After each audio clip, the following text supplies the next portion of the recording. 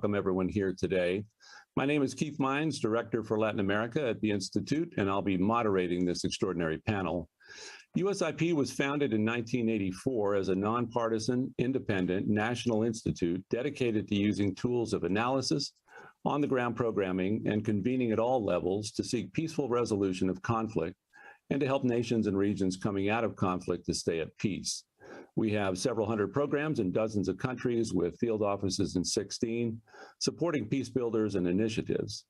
We're here today for a somewhat unique event. When Rufus Phillips III passed away in December at the age of 92, many of us lost a good friend who our colleague Max Boot described as a gentle, decent man who served his country with humility and devotion and fearless truth-telling. But we also lost someone who right up to the end of his life had been active in the search for building a more peaceful world. I first met Rufus some 12 years ago when we were both struggling with the question of the architecture for the U.S. to better conduct what were then being called stabilization operations, the quest to strengthen fragile states or bring failed states back to life. We bonded over a shared sense that we could do better at how we were fielding civilians in conflict zones. But I quickly realized that Rufus was not just interested in how to more effectively deploy individuals, but to what end they were being deployed in the first place. And I would see that his extensive experience going all the way back to the 1950s, he was in his 80s at the time I met him, provided a living link to some principles that had been lost along the way and that we were struggling with as we endeavored to strengthen states and build peace. Rufus was born in Middletown, Ohio in 1929, and after graduation from Yale and Virginia Law, entered the military where he served under the legendary Colonel Edward Lansdale in Vietnam in 1955. He served several tours there, of which Richard Holbrooke said he was probably the best informed American on events in the country, and perhaps the American most trusted and listened to by the Vietnamese. His approach to the conflict centered on helping to provide the South Vietnamese people with a government that could win popular support by its actions and by its ethos, not just through massive funding projects and military operations. His approach was politely dismissed by those in power. It was a war after all, and wars are won by crushing the enemy. Rufus left Vietnam and pursued a career in business, but returned to what he had learned during the war after 9/11, when he saw another generation of American policymakers struggling to find the right formula for assisting fragile states. He wrote a book about his Vietnam experience in 2007, keyed to Afghanistan and Iraq, Why Vietnam Matters, an eyewitness account of lessons not learned. This book then caused the New Yorker's George Packer to comment in his article, Why Rufus Phillips Matters. The outcome of the Afghan struggle is ultimately going to be determined not by our unilateral actions or geopolitical moves, but by whom the Afghan people wind up supporting, even reluctantly. Vietnam, Lesson 1, end quote. Rufus worked literally right up to the weeks he passed away on a second book, Stabilizing Fragile States, Why It Matters and What to Do About It, which is forthcoming from the University of Kansas Press and supported by the Association for Diplomatic Studies and Training, ADST, and DACOR, and is part of their Diplomats and Diplomacy series of books.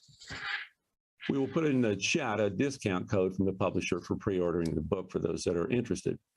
I want to recognize also that various of Rufus's family members are here with us today. In addition to leaving a legacy of public service, he and his late wife, Barbara, were blessed with an extraordinary family. Children Rufus E. Phillips IV, Ann Phillips Schell, Edward Dean Phillips, and Patricia Phillips, and his sister, Lucretia Whitehouse. I'm joined today by an extraordinary panel, all of whom were influenced by Rufus's work, an example of public service. H.R. McMaster, the Fouad and Michelle Ajami Senior Fellow at the Hoover Institution, former National Security Advisor, author of 2 books, most recently Battlegrounds, The Fight to Defend the Free World. Max Boot, the Jean J. Kirkpatrick Senior Fellow for National Security Studies at the Council on Foreign Relations, noted historian and commentator and author of several books, most recently The Road Not Taken, Edward Lansdale and the American Tragedy in Vietnam. And Roger Myerson, David L. Pearson, Distinguished Service Professor of Global Conflict Studies at the University of Chicago. His publications include 2 books, and in 2007, he was awarded the Nobel Memorial Prize in Economic Sciences in recognition of his contributions to mechanism design theory. And we're pleased that he has turned his attention to state building, where he's now made another contribution. As a final introductory comment, our discussion today takes place against the backdrop of renewed interest in state fragility with the launch in early April by the Biden administration of this strategy to prevent conflict and promote stability. The next step in support to Congress's Global Fragility Act, which USIP and others are actively supporting. So I wanted to start, if I could, with a very brief round of personal reflections from each of our panelists on your memories of Rufus and your interactions with him. Just a few minutes apiece. If we could start maybe with Max. Well, thank you very much. It's really an honor to be here with such distinguished panelists and discussing one of my favorite people in the world and keeping his memory alive. I mean, Rufus was truly an extraordinary individual. I think one of the kindest and gentlest souls I ever knew. You know, he was in many ways the personification in my mind of the good American, kind of running counter to every negative stereotype about Americans you could possibly imagine.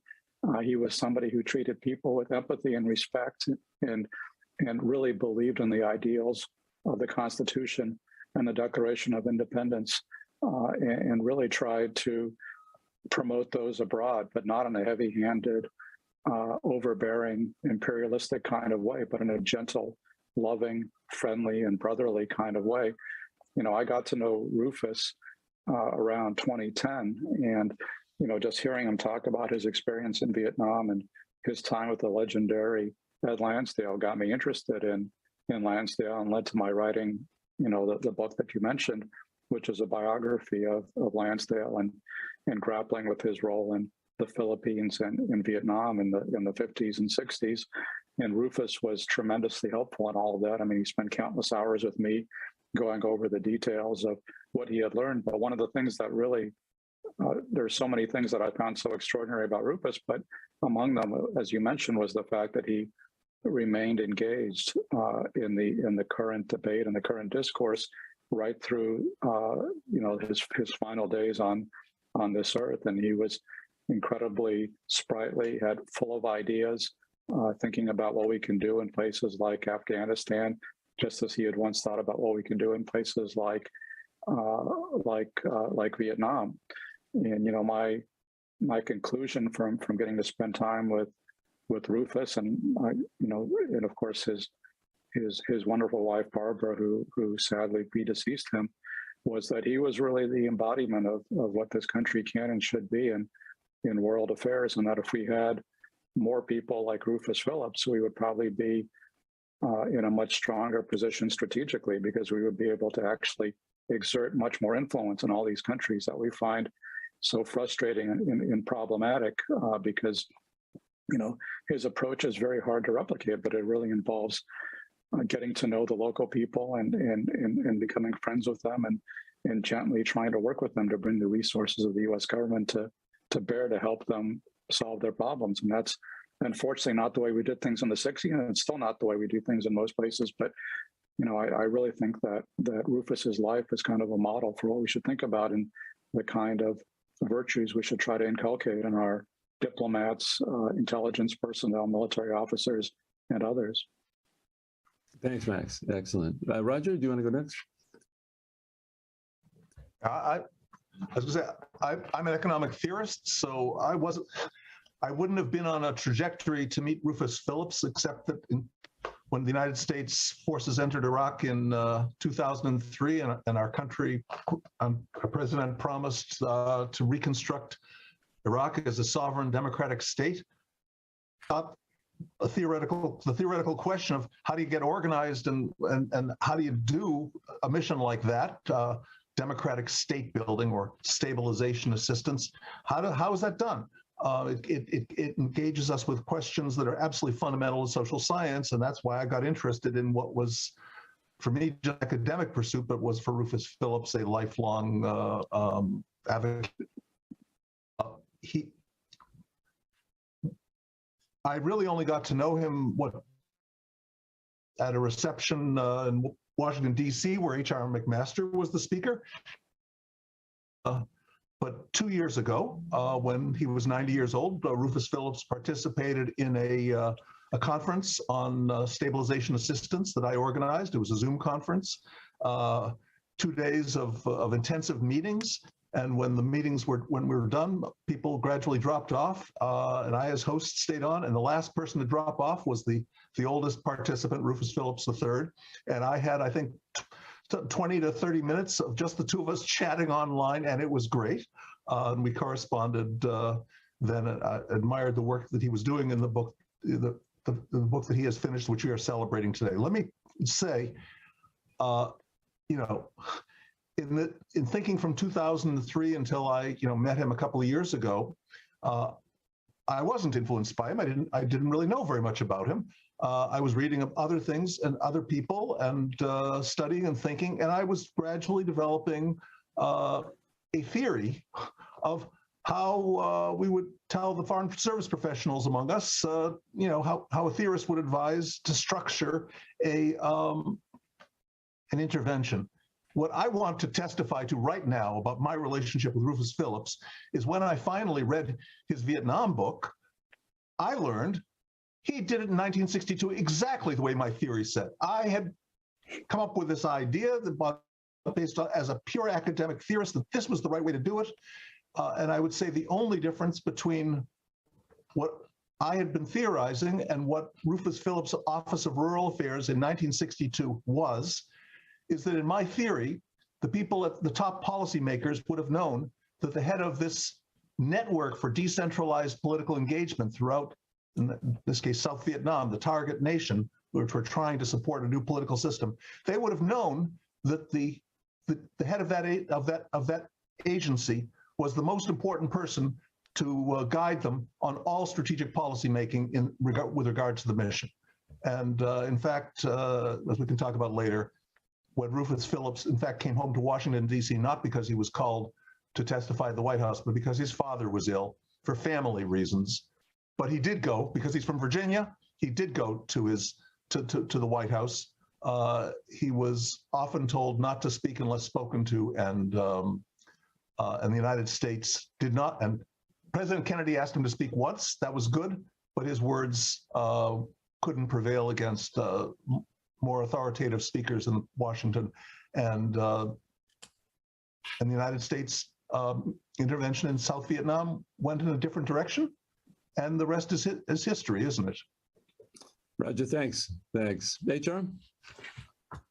Hey, Keith, thank you and USIP for convening us to honor Rufus and to share our reminiscences about a fine man and someone for whom we all had tremendous respect. And I'd like just to in the beginning just pick up on a couple of comments by Max and Roger.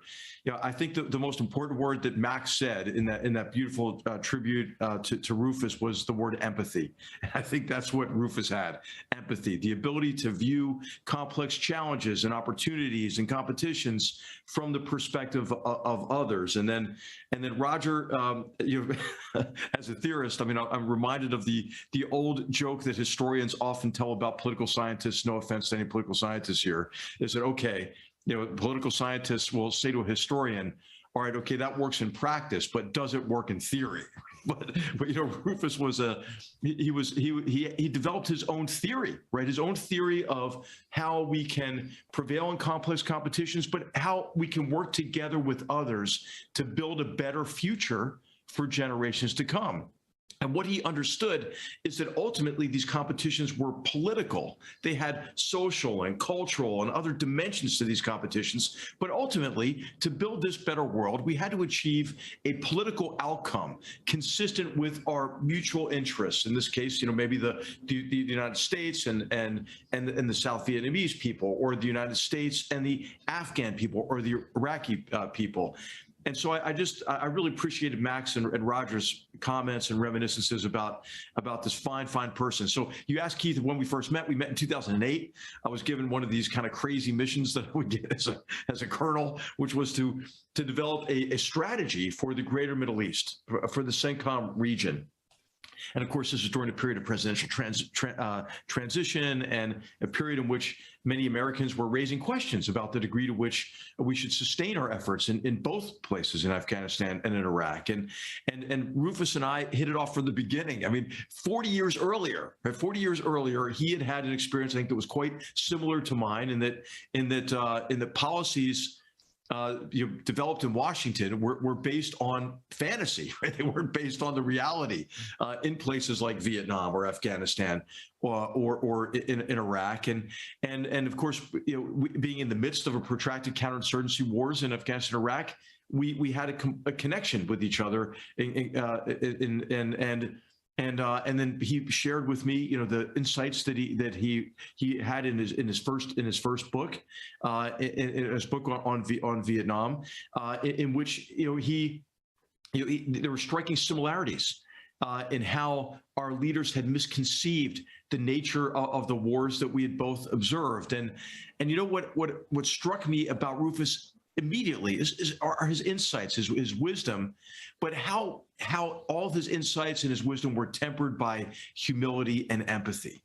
And he understood the essential elements of success and the degree to which we had agency and could influence a positive outcome, but also he understood the limits of our agency and influence. And today, I think especially we should all be inspired, by Rufus, because I'll tell you, after the traumas we've been through, Keith, I think that we have swung from maybe a period of over-optimism in the 90s and early 2000s to, I think, a period of pessimism and even resignation. And I think what we're left with today oftentimes is we slap, adjectives like institutional and structural in front of every problem we face.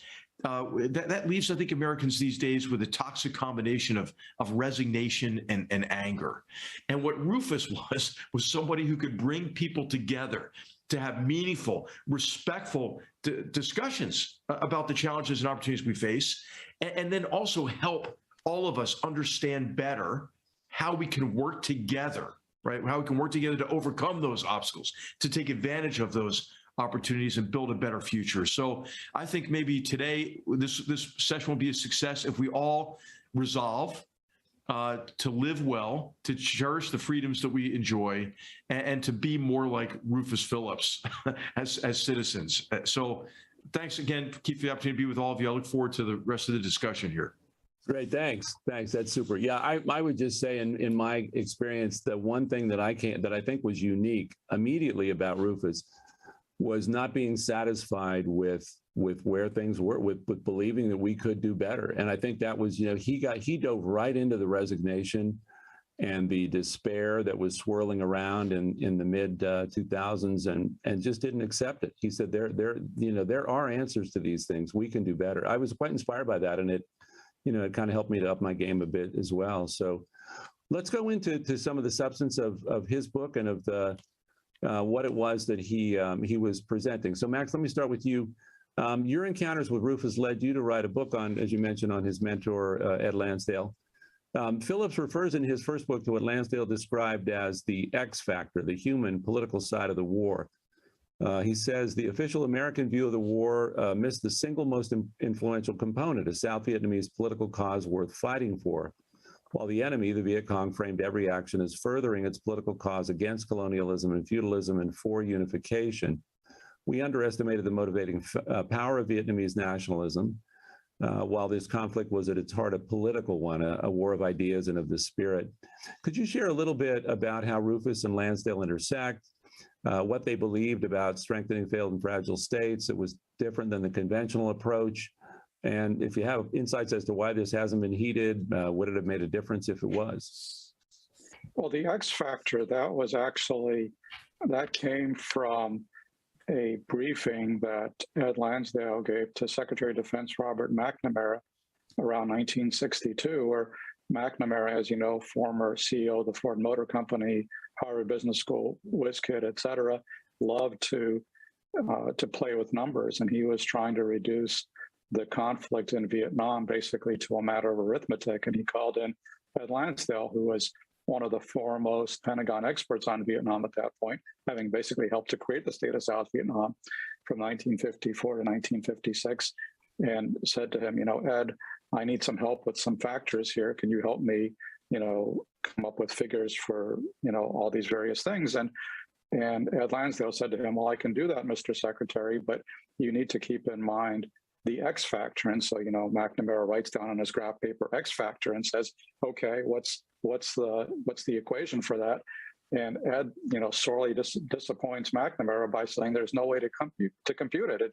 It can't be reduced to numbers. It really comes down to the feelings of the population about how they would like to be governed and who they trust to be their leaders. And that's ultimately what will determine success or failure in this war or in other counterinsurgency environments. And it really can't be quantified. You have to do it by feel. You have to understand the sentiments of the population. And so instead of heeding that wisdom, McNamara decided that Lansdale was an idiot, who he was, after all, a UCLA dropout, did not have all the wonderful higher education that McNamara had, did not have McNamara's, mathematical gifts. And so just decided that Lansdale didn't know what the hell he was talking about. And of course, the way that McNamara and Westmoreland and the rest of the U.S. military and government ran the Vietnam War was really as a kind of a matter of arithmetic. The notion that if you expend more firepower, if you stack up more dead Viet Cong, you will win. And in fact, Westmoreland and McNamara were in pursuit of this mythical crossover point where they would be killing the Viet Cong faster than they could be replaced. And Lansdale and Rufus Phillips both said, you're never going to achieve that because, the question is, do the Vietnamese communists have the support of the population or not? And, Lansdale and Phillips both believed it was essential to create a more representative government in South Vietnam that could win the support of the people. And they both thought that one of the great tragic mistakes that was made was the Kennedy administration giving the okay to this military coup that overthrew Ngo Dinh Diem and unleashed chaos in South Vietnam. But Lansdale and, Phillips, both of whom who knew Diem very well and realized that he had problems and issues, but also understood that he was one of the few South Vietnamese leaders who was not tainted by corruption or colonialism. And he was the best bet and a far better bet than all these military men who followed him. But, they were completely ignored. And so, I think that's kind of there's a lot more one can say, but I think that's kind of a microcosm of why we lost the Vietnam War, because we thought that we could defeat a political idea with firepower, and it did not work out that way. And I feel like, we've seen similar experiences in places like Afghanistan, where we tried very hard, but we just did not place enough emphasis, I think, and maybe it was beyond our capability to do this, but to create a government that could actually win the support of the governed. And so you saw, once you removed U.S. support, the government in Afghanistan collapsed very rapidly. And that's basically what happened in the case of South Vietnam as well, that there was not a self-sustaining government. On the other hand, we see today in Ukraine that the tables are turned, and all of our military aid is going for a very good purpose, because the people of Ukraine are united 100% behind the Zelensky government, and they have a cause that they believe in. They are fighting for their freedom, for their homes, for their independence from Russian domination. And so I think, fundamentally, I think what Lansdale and Phillips would have said is that we needed to work harder in places like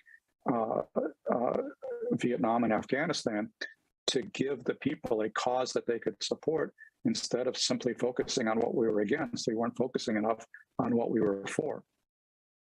Super. Thanks. HR, I wanted to go through some of the same ground with you and then go a little further into two other aspects. One is the U.S. policymaking process and how, why is it so hard to get the good ideas where they need to be and supported, and even maybe a little reflection without being partisan because it's really not a partisan issue, on the domestic politics of some of this.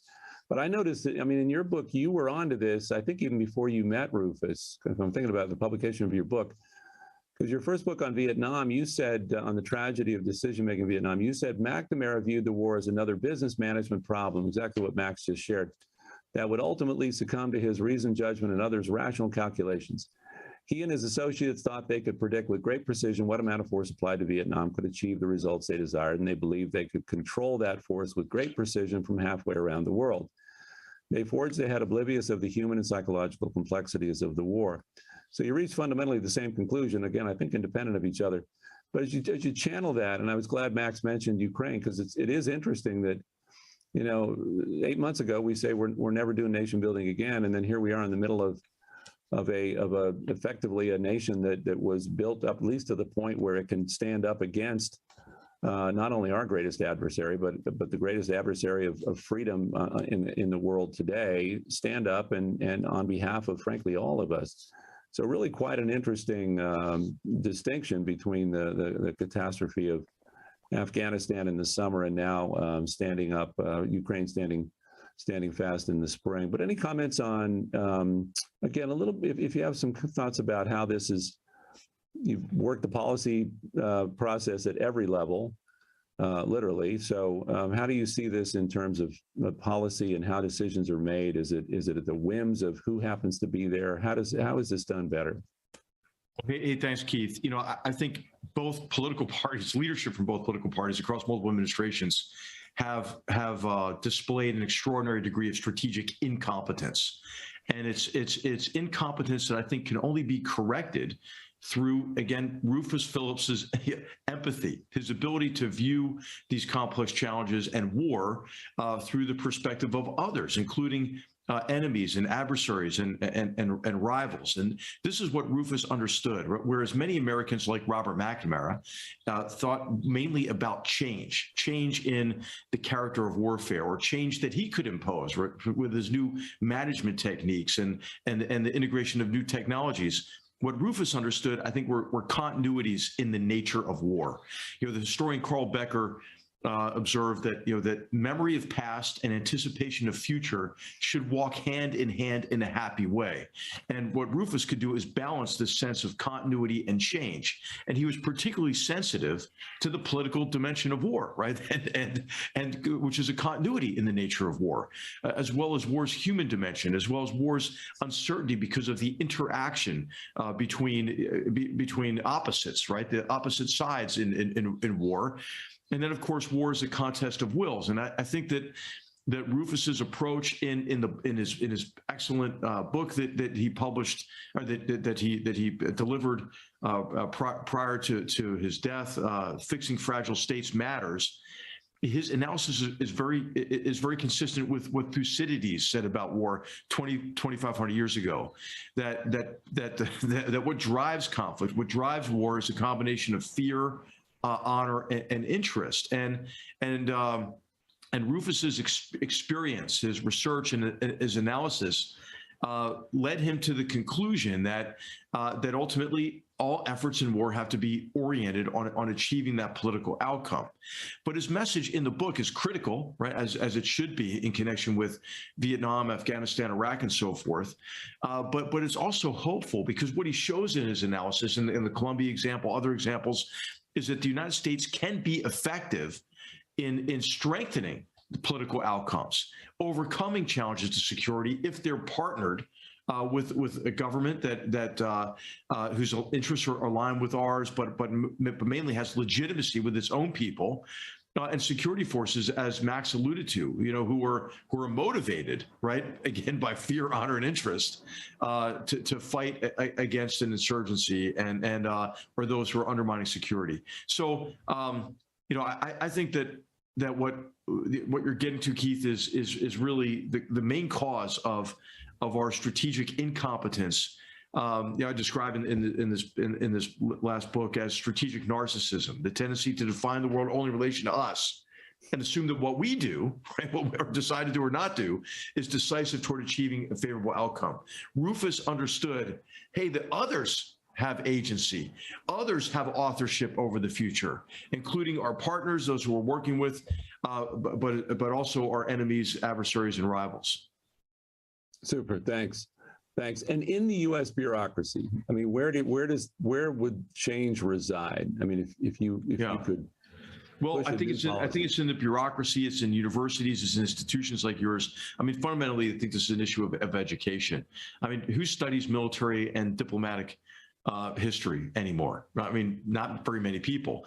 Many of our students as undergraduates and even at graduates are subjected to what I would call the curriculum of self-loathing in our universities, in which we teach our young people that all of the problems of the world prior to 1945 were due to colonialism, all of the problems of the world after 1945 were due to capitalist imperialism, and this combination of a new left interpretation of history, as well as various critical theories and postmodernist theories, I think are robbing us of our ability to think in time, to understand the complex causality of events, to trace the outcomes back to their causes, to reason by historical analogy. These are all competencies that are in really short supply these days. So it's an educational problem, but within the U.S. government, I think it has to begin with a national security policymaking and decision-making process that corrects many of the deficiencies that we've seen between Afghanistan, Iraq, and Vietnam. And that's not taking enough time to think about the nature of the challenge we're facing, to apply designed thinking, to frame these challenges to our security in a way that can foster common understanding. And then I would think, and you alluded to this earlier, Keith, and is to try to insulate the decision-making process from partisan political considerations. Now, those who are going to be partisan, they're going to have a say in the process, but the process should not be constrained in terms of the development of options and the analysis by partisan political considerations. I think the third critical aspect of restoring strategic competence is to always provide multiple options to the president, right? The person who was elected.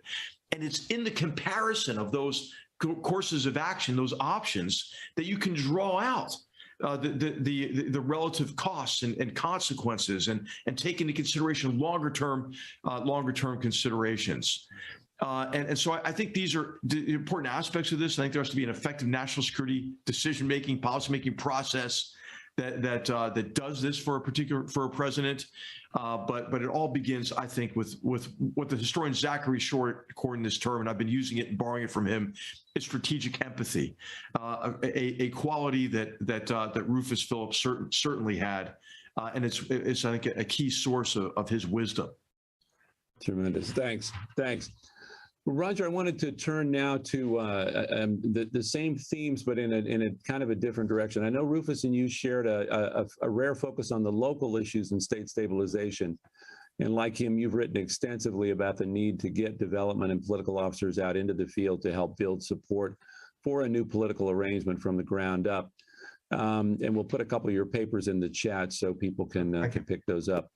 You wrote in a recent paper about decentralized political engagement that studying Rufus's approach, you said, we can learn how to avoid the common problem of foreign support promoting excessive centralization in the recipient government, which has been an issue in many stabilization assistance missions. Foreign interveners have often forgotten that autonomous local governments play an important role in most successful democratic states. One of the things about Rufus's book that I would just highlight is the whole second half of the book is about how to structure the U.S. government such that it is more capable of doing things in these, what he calls competitive environments, but at the local level. And so he's quite seized with the fact that we can't just work at the Capitol and call it a day, that we need to be not only conscious of what's going on further afield, but also have our people active there. So Roger, I just want to give you a few minutes please, to talk a little bit about where your work and Rufus's intersect. As I say, I emphasize that I met Rufus Phillips only a few years ago because my thinking evolved independently of his, and I say that to confirm that he had it right. And I think maybe I can say I have it right because I agree with Rufus. I think in his book, the new book, Stabilizing Fragile States, that he is emphatic that we do need a standby capability for these kinds of missions, whether it's United States government capability or maybe some alliance like a NATO capability or some other international organization or an ally who provides the capability. But capability is needed. We've seen again and again. The United States has invested in military capabilities to prevail on any battlefield. And repeatedly in living memory, we've seen those military victories seem to go wasted, to be fruitless, because of a failure to do the political follow-through. And investing in the capability to do the political follow-through is something that Rufus recognized, and that's what this new book is about. He lays out a way of doing it. He wants to see it. But let me back up and say the decentralization, because a couple of things that have been said already. HR's point about, first of all, empathy, everybody, I can give you quotes going back 100 years that emphasize absolutely the kind of people we want to go be our local stabilization officers, to do the work of post-conflict political reconstruction in the field. The field officers need empathy first and foremost. That's the kind of people you want. But as I say, the return of Rufus Phillips from Vietnam to the United States in the summer of 1963 is just evidence that somebody with a serious standby regular organization that has a recognized importance in the United States government organization is absolutely needed if the message is going to be remembered, and the advocate for the political focus, the decentralized political focus, has to be there with a recognized bureaucratic position, or else it's going to be the same thing again and again.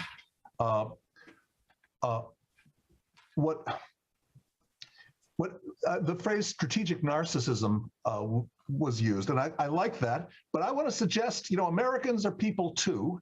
And to me, the most important argument I could make might be, a lot of people say, our state building missions have gone wrong because we Americans thought that we overestimated how much people around the world were like us in valuing democracy. I don't think that's, I think actually democracy is a pretty good sell almost anywhere, and I think the evidence proves it. But I think the real mistake is we failed repeatedly because we underestimated how much people in other countries are like Americans in valuing their local politics, in caring about that some part of their local government should be handled by people who are locally accountable and not just appointed out of the national capital by the national heads of state, even if they were elected with lots of votes. We don't want them appointing the people who run our local police department and our local schools in America. And people have similar feelings in other countries. Local politics matters to everyone. It especially matters to people who are in failed or fragile states where they haven't been able to rely on a national government for protection and for essential public services. Trusted local leadership matters, and a political intervention, when the goal is political change, if our policy is not being driven by a deep engagement with the local political concerns that we have, but only by consultation with would-be national leaders in the capital, we're going to miss what the real issue is. And it'll look like we're trying to set up a centralized political machine that could oppress the people who are trusted. Let me just say one other statement, because Max talked about the X factor, and the truth is, as I say, I admit I'm a quantitative theorist, so I never knew Robert McNamara, but I feel akin to him, and I've read those reports of those conversations that Rufus Phillips and Edward Lansdale had with McNamara, and McNamara was wrong. Rufus Phillips and Edward Lansdale were absolutely right about the X factor, but I do want to quantify it. And I would suggest more than anything else that extra caring, a willingness to sacrifice oneself, to take real personal risks and to do service in defense of the state is something that is significantly easier to motivate if you think that service to the state can give you prestige in your neighborhood, in your community. And that doesn't happen unless the community leaders, the leaders of who people trust in the communities where we live, have some stake in the state or feel connected to the state. when the state is coming out of the capital and has nothing to do with village leadership, then there's no incentive to take risk for the state. It's not associated with honor in your community, with prestige in your community.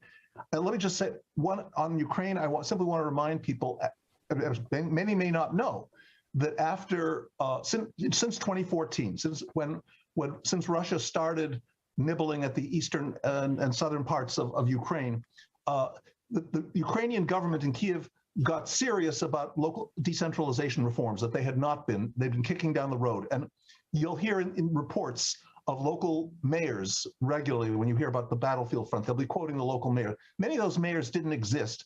There was a major promata or community reform that was over the last 7 years. And there's real evidence that much of Ukrainian, there are many reasons why Ukrainians don't want to be ruled from the Kremlin from history.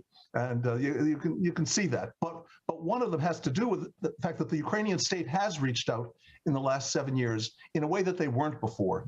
And that has, I think, been a significant factor. And let me stop. Thanks, Roger. Excellent. I should simply close on that there is no better model. That the only thing I would add to Rufus Phillips's plea for the United States government to get serious about institutionalizing a capability for post-conflict political reconstruction, along with our other military capabilities we hope to maybe never use again, but need to have if necessary. The one thing I would add is the doctrine should say there is no better model of how it should be organized than the way Rufus Phillips organized the Office of Rural Affairs in 1962. Decentralizing authority over American assistance to provincial officers with some regional coordinators and a director in the national capital who's also talking to national leaders. Then you have an organization which is functioning in the province, is trying to support his organization was its fundamental mission was developing these democratically elected village councils and village mayors and hamlet councils. That's what they're promoting local government and promoting a devolution of power by the state to those local governments.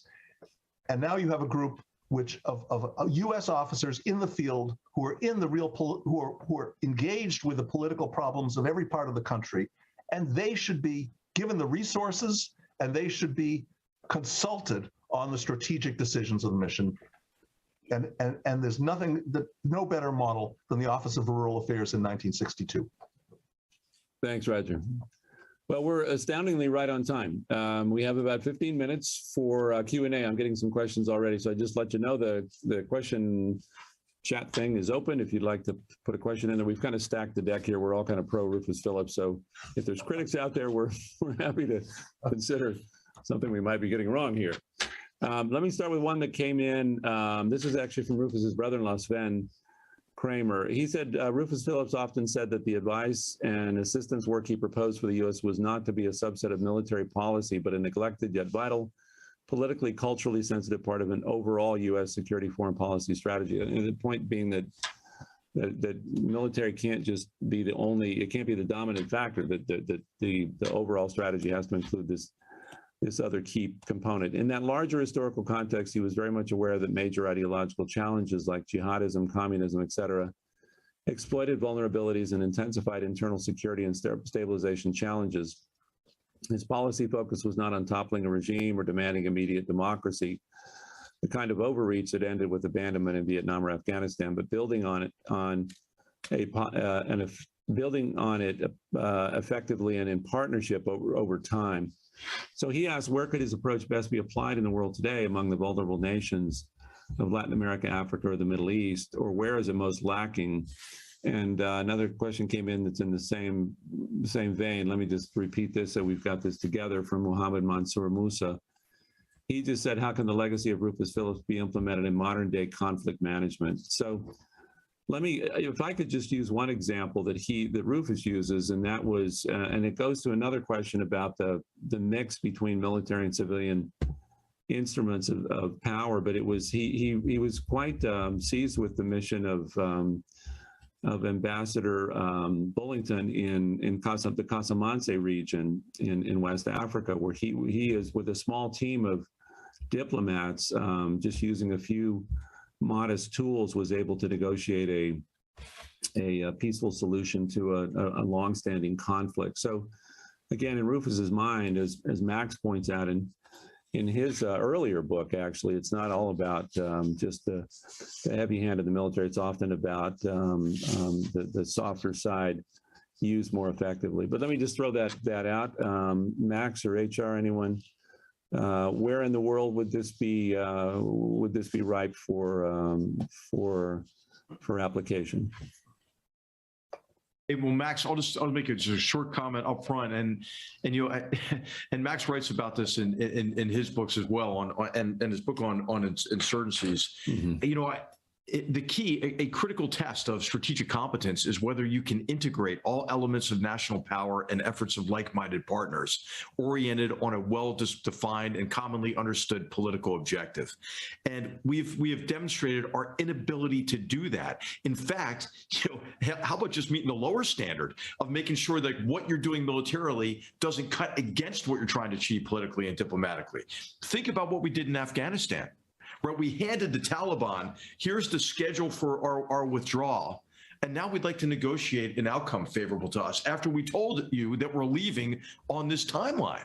How about, you know, as you're trying to negotiate a political outcome with your enemy, you no longer target that enemy or even acknowledge that's your enemy. And instead, what you do is you invite your enemy to stay in 5-star hotels and travel the world fundraising. And I mean, it's just, it is an astounding degree of incompetence, you know, based on the standard of Keith. What you're saying is what you're doing militarily, what we're trying to achieve politically, what you're doing economically, what you're doing from a decentralized approach to development and reestablishing, you know, governance and economic activity. I mean, they should all be integrated, and we've demonstrated, I think, our inability to do so. Thanks. Let me just pick up on a point that Sven Kramer made, who, in addition to being Rufus's brother-in-law, Sven was also worked on the NSC in the 1980s under the Reagan administration, and he alluded in his question to, if I understand it correctly, to really developing governments that can win popular legitimacy as opposed to governments that necessarily win elections.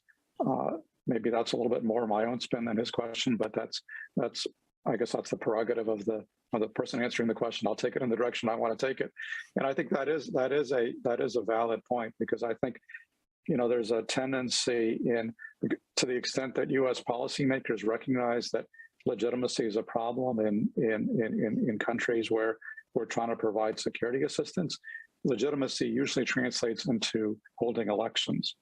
And I think what Rufus understood is that there was a lot more legitimacy than winning a popular vote. And I think we saw, the problems with that in Iraq, for example, where they kept holding election after election, but the resulting governments were not all that legitimate anyway, even though they ostensibly won an election, because there was massive corruption and the actual government formation was done in backroom deals. It didn't necessarily reflect the will of the people. And then fundamentally, the government was not able to govern.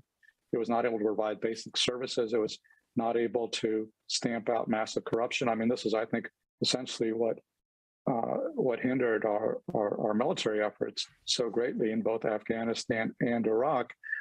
And I think what Rufus understood was that the government had to be relatively effective. You had to limit corruption. You had to the point that Roger made, it had to be in tune with local desires. It couldn't just be imposing top-down solutions from Baghdad or Kabul on local provinces. It actually had to have local leaders who represented the local people. And I think, this is all a reflection of what Rufus saw in Vietnam, where you had the exact same problem where, even Ed Lansdale and Rufus Phillips, they both, although they were supporters of No Dinh Diem, they were also critical of Diem, who for centralizing too much power in Saigon. and not pushing enough power out to the provinces, and for trying to run a quasi-authoritarian state.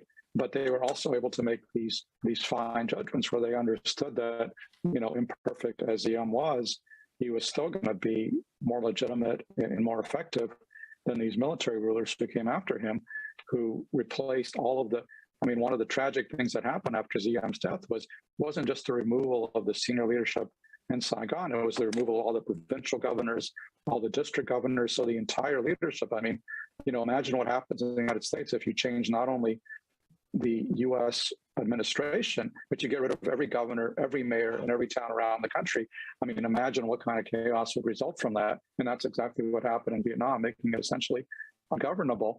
And so throughout the 60s, as this tragedy continued, Rufus and Ed Lansdale both tried to make the case, hey, we have to build up a government that has the support of the people in Vietnam. And basically the Johnson administration, the Nixon administration couldn't care less. Their view was, we'll deal with Nguyen Van Tu, who emerged as the military dictator of South Vietnam, and we don't really care if he has legitimacy because he has firepower, he has troops, he can put warheads on foreheads, and that's really all that we care about. I think what Lansdale and Phillips realized was that was creating a hollow state that would collapse very quickly if it did not have massive American military support. And that's exactly, I think, what we've seen more recently in Afghanistan, and to some extent, less extent in Iraq. And that's why, I think Rufus's book, his first book was called Lessons Not Learned. And I think, we're seeing the tragedy of not learning those lessons over time. Super, thanks. Roger? Yeah, the question talked about problems, political and economic problems all over the world. I want to separate that from the question of Phillips was asking us, telling us that in his final legacy, that the United States needs to get ready for the next time this mission happens. Hopefully it doesn't happen soon. Hopefully maybe it never happen. Hopefully we never use our military forces either. But we know we need them to be ready as a deterrent, and in the case because when they are needed, you have to have them. The political, I've argued that when the goal of an intervention is to promote political change, then the interveners need to be engaged with local political concerns throughout the country. That's not necessarily true in normal assistance. I don't want to suggest that state building capabilities of the United States of America need to be turned on countries all over the world. The norm in international relations is that nations respect each other's political autonomy. You don't get involved in subnational politics, and you don't try to, you work with the national leaders in any relations with their country, because they are the elected or politically chosen national leaders of each country have a sovereignty that needs to be respected by foreigners. It's only when we need to promote international political change that it's necessary for the United States to get involved. And when we do, our interlocutors at the national level are not going to say, "Gee, we want to be forced to share power with local community leaders in the provinces and in the villages." No, they like centralizing power, the president of the country typically. And then it's then that we need to reach down a lower level. Otherwise, our intervention itself is tending to centralize political power in the host country and making it more fragile. We know, even the United States, a democratic presidential election doesn't necessarily yield a leader who is overwhelmingly trusted in every part of the country. Our system works because we also have serious autonomous subnational governments at the state and local level. And if there are large regions where each of the last several presidents has been largely distrusted by a large bulk of the population, those people at least had municipal and state executives that they trusted. And exactly the same dynamic has played out again and again as we intervened following the normal appropriately international relations of whatever we do in your country, we're only going to do it according to the direction and regulation of the national government. That principle can't work once we are involved in making the government itself, in supporting the very existence of the government. Then we have to have different rules. What we need is a capability that's ready for that transition to a different kind of decentralized political engagement when it's necessary, but hopefully it will be rarely necessary. We don't want to be doing that all over South America, Africa, Asia. No, but we want to be ready to do it when we need to. Thanks, Roger. We have a hard stop in just a few minutes, so I think we're actually not going to have time to go through the next round of questions, but I just wanted to comment on some of them. So we have, let me start at the bottom. Johannes Allenfeld said, why despite subscribing to the gospel of local ownership with the Afghan compact, we kept micromanaging development and NATO allies running their own departmental show. I would just comment on that because I was in a PRT in 2012 to 13, and it goes to a number of the comments that have been made about the question between the center and the provinces. It was a very tricky issue through everything we've done. I will say there's a number of very good people in the U.S. government and the Bureau of Conflict Stabilization Operations that have been working on this and that have been actually deploying people out to the field in different places where I think we have gotten it right at different times, but it's something that is a very, it's a consistent issue that's hard to get right, but it's one that I'm glad we identified. Rufus was all over it. It's something that we have to keep revisiting, finding the right model, applying it. Every case is going to be a little bit different. James Bullington, I mentioned him earlier. I didn't realize he was on the call. Good to see you, and I wish we could actually hear from you, but we're not set up for that. But he says, thanks to the belated implementation of much of the Lansdale-Phillips model, South Vietnam essentially won the insurgency, which is historically accurate, of course. Don't we need to install both political and military strength? So a very good point that in the midst of the X factor and all the things we've been discussing, there is still a core security issue that has to be dealt with and creatively and done with military force. Ann McDonald, God bless Rufus and his phenomenal legacy, wanted to get the perspective of the panel on what are the biggest hindrances to U.S. government organizing a more strategically empathetic stabilization policy. I think we'll have to table that, but that's a great question, I think, for all of us to consider, to think about, and particularly those in government, to think about how to infuse that. I think HR had it right earlier where he just implored us all to take those principles, and Max as well, take the principles that Rufus lived so well. So I guess my answer to that would be all of us should read Rufus's book, look at his legacy, and then see how we can best apply it. And then Colfax Phillips, how can Rufus Phillips strategies be applied in communities of fragile states where local authorities may have weak institutions, lack needed capacity skills, and may be corrupt? To which I think, just offer that it's a long game, and I think that was the other thing Rufus recognized, one of patience, local solutions, and just really being ready to flex with the new day's challenges. But very good questions, and I'm afraid we're going to have to table those for next time. Thanks everyone for joining us. It's been terrific to have the three of you to celebrate Rufus's legacy and to try to get some of these principles out for a wider audience, and appreciate all of you that have joined us, and we hope to continue the discussion in the future. Thanks you very much. Keith, thanks everybody. Thank you very much. Thanks for hosting it. Max, thanks Roger. Take care, you guys.